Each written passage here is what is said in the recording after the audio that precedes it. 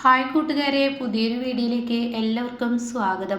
അങ്ങനെ CKCയുടെ മുന്നിൽ ജ്യോതിർമയി ചോദ്യവുമായി വന്നിരിക്കുകയാണ് കേട്ടോ. അപ്പോൾ ജ്യോതിർമയിയോട് CKC പറയണേ, എന്താ എൻ്റെ ജ്യോതി നീ ചോദിക്കുന്ന ചോദ്യത്തിൽ തന്നെ ഉത്തരമില്ലേ? അത് കേൾക്കുന്ന ജ്യോതി പറയണേ, എന്തുത്തരമാണുള്ളത്? പിന്നെ അവൾ ആ ഫോട്ടോ കാണിച്ച് ഭീഷണിപ്പെടുത്തുന്നത് എന്ത് ഫോട്ടോ ആണെന്ന് എന്നോട് ഞാൻ പറഞ്ഞതല്ലേ. എന്നാൽ ആ ഫോട്ടോ എനിക്ക് കാണിച്ചു തന്നാൽ എന്താ അവൾക്ക് കുഴപ്പം? എൻ്റെ ജ്യോതി, നീ അറിയില്ലെന്ന ആ ഒരു ധാരണയാണ്. നമ്മൾ തമ്മിൽ നല്ലൊരു ബന്ധമാണെന്ന് അവൾക്ക് അറിയില്ലല്ലോ. അതുകൊണ്ടാണ് നിന്നെ കാണിക്കുമെന്ന് പറഞ്ഞ് ഭീഷണിപ്പെടുത്തുന്നത്.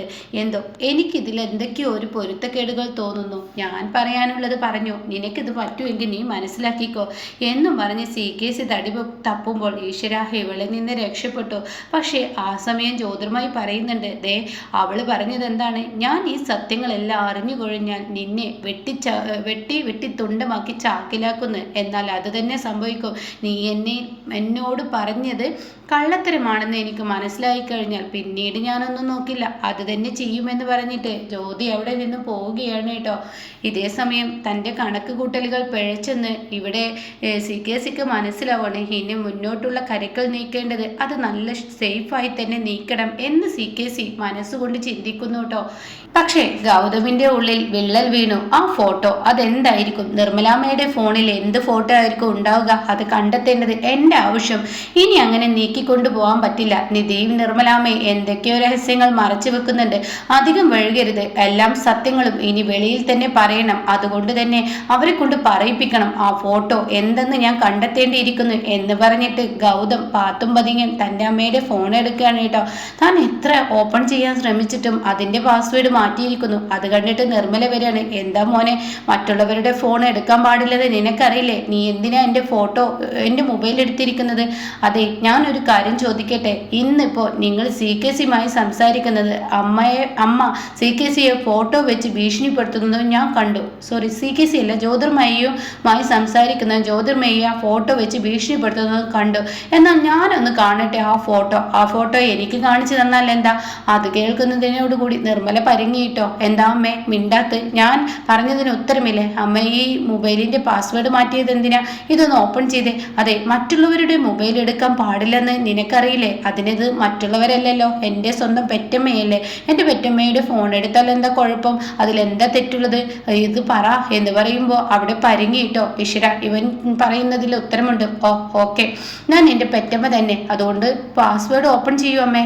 അപ്പോൾ ഉടൻ തന്നെ ശരി, ഇത് ഓപ്പൺ ചെയ്യാം എന്ന് പറഞ്ഞിട്ട് ഫോൺ കൊടുക്കുകയാണ് കേട്ടോ. ഗൗതമാണെങ്കിൽ അടിമുടി മൊത്തം നോക്കുകയാണ്. അതിൽ ഒരു ഫോട്ടോവും കാണാനില്ല. അപ്പോൾ ഉടൻ തന്നെ എന്താണ് പിന്നെ ഈ ജ്യോതിർമയി അമ്മ പറഞ്ഞ് ഭീഷണിപ്പെടുത്തിയിരുന്നത്? എൻ്റെ മോനെ ഞാൻ വെറുതെ ഭീഷണിപ്പെടുത്തിയതാണ്. അവനിൽ നിന്നും പിടിച്ചു നിൽക്കാൻ വേണ്ടിയിട്ട്.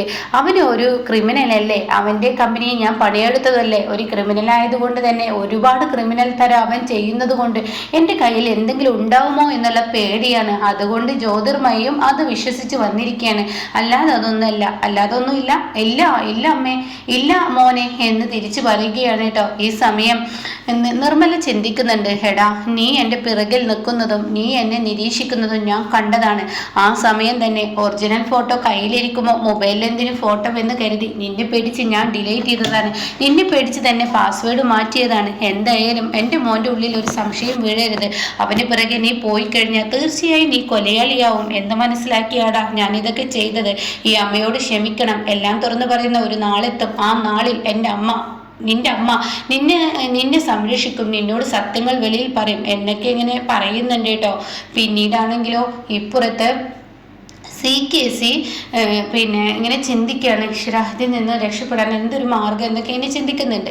ഇതേ സമയം ഗൗതമാണെങ്കിലോ റോഡിലിരുന്ന് ഇങ്ങനെ ഫോൺ ചെയ്യാണ്. അപ്പോൾ തൻ്റെ കൂട്ടുകാരെ വിളിച്ചിരിക്കുകയാണ്. ഇല്ലടാ, എനിക്കൊരു ജോലി ആയില്ല, അളിയൻ്റെ ഇതിലാണ് ഞാൻ ജീവിക്കുന്നത്, എന്താ ചെയ്യുന്ന അറിയില്ല.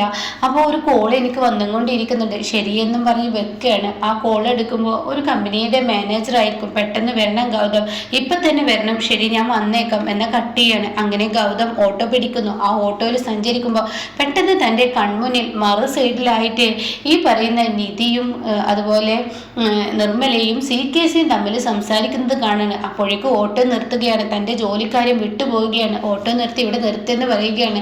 ഇതേ സമയം എന്തിനെന്ന് ചോദിക്കുന്നുണ്ട്. അതൊക്കെയുണ്ട് നിർത്തി എന്ന് ഓട്ടോക്കാരനോട് പറഞ്ഞ് ഓട്ടോ നിർത്തി. ഇവരുടെ സംസാരം ഇങ്ങനെ ശ്രദ്ധിക്കുകയാണ്. അപ്പോൾ ഇവരോട് ഈ CKC ആ ഫോട്ടോയെ കുറിച്ചാണ് പറയുന്നതെന്ന തോന്നലാണ് ഗൗതമിന്. CKC ആണെങ്കിലോ പറയുന്നത്, അതെ നിർമ്മലെ, നിധി നിങ്ങളെ കാണാൻ വേണ്ടി കാത്തിരിക്കുകയായിരുന്നു. ആ സമയം നിങ്ങൾ എൻ്റെ മുന്നിലോട്ട് തന്നെ എത്തി. അതുകൊണ്ട് എനിക്ക് എന്ത് പറയണമെന്നറിയില്ല. നിങ്ങളോട് എത്ര നന്ദി പറഞ്ഞാലും മതിയാവില്ല. ഈശ്വര എൻ്റെ കൂടെയാണ്. എണ്ണപ്പെട്ട ദിവസങ്ങളാണ് ഇനി എനിക്കുള്ളത്. അതിനു മുന്നേ ഞാൻ ചെയ്ത തെറ്റിൻ്റെ പാപങ്ങളെല്ലാം എനിക്ക് കഴുകിക്കളയണം. ഇനി അധികം നീട്ടിക്കൊണ്ടു പോകാൻ പാടില്ല. അത് ആപത്താണ്. അതുകൊണ്ട് തന്നെ എല്ലാ പാപങ്ങളും എന്നിൽ നിന്ന് കഴുകി എനിക്ക് എല്ലാവരോടും മാപ്പ് പറഞ്ഞ് ഇനി ജീവിക്കണം. എൻ്റെ നിർമ്മലയെ എൻ്റെ മോനുമായി സുഖമായി ജീവിക്കണം. ഇനിയുള്ള ജീവിതം അവർക്ക് വേണ്ടിയാണ് എന്നൊക്കെ ഇങ്ങനെ നിധിക്ക് മുന്നിൽ പറയുമ്പോൾ നിധി ശരി ആയിക്കോട്ടെ എന്നും പറഞ്ഞിട്ട് നിധി അവിടെ നിന്ന് പോവുകയാണ്. നിധിക്ക് ഈ CKCയുടെ വാക്കുകൾ അത്ര വിശ്വാസമല്ല. CKC ആണെങ്കിലും എങ്ങനെയെങ്കിലും അവരുടെ മനസ്സിലൊരു ഇടം പിടിക്കണം എന്നുള്ള ചിന്തയാണ്. എന്നാൽ ഓട്ടോക്കാരനോട് പറയാണ്, അതെ തിരിച്ച് വണ്ടി വിടാമോ, എൻ്റെ വീട്ടിലോട്ടാണ്, വീട് പറയാം എന്നും പറഞ്ഞ് തിരിച്ചു പോവുകയാണ് കേട്ടോ. ഈ സമയം വീട്ടിലാണെങ്കിലോ നിഖിലും ചന്ദ്രയും തൻ്റെ ജോലി സ്ഥലത്തോട്ട് പോകാൻ നിൽക്കുകയാണ്. അപ്പോൾ പാറു പറയുന്നുണ്ട്, നിങ്ങൾക്ക് ട്രെയിൻ എപ്പോഴാണ്, അവരെത്തുമെന്ന് പറഞ്ഞിട്ടുണ്ട്. ഏട്ടനും അതുപോലെ തന്നെ ചേച്ചി എത്താന്ന് പറഞ്ഞിട്ടുണ്ട്. അവരെ കാണുന്നില്ലല്ലോ. ഏട്ടൻ എത്താൻ വൈകുമെന്ന് എന്നോട് പറഞ്ഞിരുന്നു ഗൗതമേട്ടൻ. പക്ഷേ ചേച്ചി ഇപ്പോൾ എത്തുമായിരിക്കും എന്നൊക്കെ ഇങ്ങനെ പറയുന്നുണ്ട് കേട്ടോ. ആ സമയം പാറു പറയുന്നത്, നിങ്ങൾ അവരൊന്നും കാണാൻ നിൽക്കണ്ട. ഇന്നത്തെ കാലത്ത് ഫോണൊക്കെ ഉള്ളതല്ലേ, ഫോണിൽ വിളിച്ച് പറഞ്ഞാലും മതി. ഇപ്പോൾ ട്രെയിന് പോയാൽ ഇനി ബുദ്ധിമുട്ടാവും, മോനെ ആദ്യമായിട്ടൊരു സ്ഥലത്തോട്ട് പോയില്ലേ എന്നൊക്കെ പറയുമ്പോൾ ഒരു ഓട്ടോയുടെ സൗണ്ട് കേൾക്കുകയാണ്. അയ്യോ അത് ഞാൻ വിളിച്ച ഓട്ടോ ആണെന്ന് തോന്നുന്നു എന്ന് പറഞ്ഞിട്ട് പുറത്തോട്ട് ഇറങ്ങി ചെല്ലുമ്പോൾ ഗൗതമിനെ കാണുന്നതിനോടുകൂടി, ഏട്ടനല്ലേ വൈകുന്നേരം വരുള്ളൂ എന്ന് പറഞ്ഞത്. ഒന്നുമില്ലടാ, നിനക്ക് പോകാൻ സമയമായോ? ഓ ആയി. നിന്റെ ചേച്ചി എത്തിയോ? ഇല്ല ചേച്ചി എത്തിയില്ല. ചേച്ചിക്കൊന്ന് വിളിക്കായിരുന്നു. ഞാൻ വിളിക്കട്ടെ? ഞാൻ വിളിച്ചോളാം. നിന്റെ ട്രെയിന് പോകാൻ ഇനി അധികം സമയമില്ല, 1.5 മണിക്കൂർ അങ്ങോട്ട് ഓടി എത്തണ്ടേ. അപ്പോൾ അതുകൊണ്ട് നീയും അമ്മയും കൂടി പോകാൻ നോക്ക്. വയ്യാത്ത അമ്മയാണ്. ആ അമ്മയും വെച്ച് പോകുമ്പോൾ അതിൻ്റെതായ ബുദ്ധിമുട്ടുണ്ടാവും. അതുകൊണ്ട് നേരത്തെ കാലത്ത് എപ്പോഴും ഇറങ്ങുന്നതാണ് നല്ലത്. അപ്പോൾ ചേച്ചിയെ നിനക്ക് ഫോണിൽ വിളിക്കാമല്ലോ, നീ ഇത്ര വിഷയമാക്കണ്ട, നീ പോവെന്ന് പറഞ്ഞതാണ്. അപ്പോഴേക്കും ചന്ദ്രയും അതുപോലെ തന്നെ പാറു ഇറങ്ങി വരാണ്. അല്ല ഗൗതം നീ എത്തിയോ? ഓ ഞാൻ എത്തി. നിധി എവിടെ? അതെനിക്കറിയത്തില്ല. നിധിക്കൊന്ന് വിളിക്കായിരുന്നു എന്ന് ചന്ദ്ര പറഞ്ഞ് വീണ്ടും വിളിക്കുമ്പോൾ ഫോൺ എടുക്കുന്നില്ല. നിങ്ങൾ അവരെ കാക്കണ്ട, നിങ്ങൾ പോയിക്കോളൂ. നിങ്ങൾക്ക് അവരെ കാത്തിട്ട് കാര്യമില്ല. കാരണം ഇപ്പോഴത്തെ ലക്ഷ്യം എന്ന് പറയുന്നത് ജോലിയാണ് മോനെ. അപ്പോഴേക്കും പാറു പറയണേ, എന്ത് ജോലിയാണെങ്കിലും നീ ഒരു കാര്യം ചിന്തിക്കണം നിഖിലേ. നിനക്ക് വയ്യാത്ത ജോലിയാണെങ്കിൽ നീ ഒരിക്കലും അത് മുന്നോട്ട് കൊണ്ടുപോകണ്ട. നിനക്ക് ആ ജോലിയിൽ ബുദ്ധിമുട്ടുണ്ടെന്ന് കണ്ടാൽ അപ്പം തന്നെ റിസൈൻ ചെയ്ത് നീ വീട്ടിലോട്ട് തിരികെ വരാൻ നോക്കണം. ഓ ആയിക്കോട്ടെ എന്ന് പറഞ്ഞ് തൻ്റെ അമ്മയും കൂട്ടി അവിടെ നിന്ന് ഇറങ്ങുമ്പോൾ, അയ്യോ എൻ്റെ മോള് വന്നില്ലല്ലോ. അപ്പോഴേക്കും ഗൗതം പറയണേ, അതൊന്നും ഇത്ര വിഷയമാക്കണ്ട. ഇന്നത്തെ കാലത്ത് ഗൾഫിൽ പോയി 3-4 കൊല്ലം മറിഞ്ഞ് നിൽക്കുന്നതിനേക്കാൾ ഉണ്ടോ ഇത് ഈ കോഴിക്കോട്ടല്ലേ, ഇത്ര അടുത്തുള്ള സ്ഥലത്തോട്ട് പോകാൻ ഇങ്ങനെ ടെൻഷൻ വേണം, നിങ്ങൾ പോയിക്കോളൂ എന്നും പറഞ്ഞ് സമാധാനിപ്പിച്ച് പറഞ്ഞു വിടുകയാണ് കേട്ടോ. അവരങ്ങ് പോയി തിരിഞ്ഞതേ ഉള്ളൂ. അപ്പോഴേക്കും പാറു പറയണേ, എന്ത് ഭാഗ്യവതിയാണ് ചന്ദ്രയ്ക്ക് എന്ത് സ്നേഹമുള്ള 2 മക്കളാണ് കിട്ടിയിരിക്കുന്നത്. സ്നേഹമുള്ള മകളെന്ന് പറയുന്നത് ഇപ്പോൾ കാണിച്ചത് കണ്ടില്ലേ, സ്വന്തം അമ്മ പോകുന്ന സമയത്ത് അവൾ ഇവിടെ എത്തിയോ?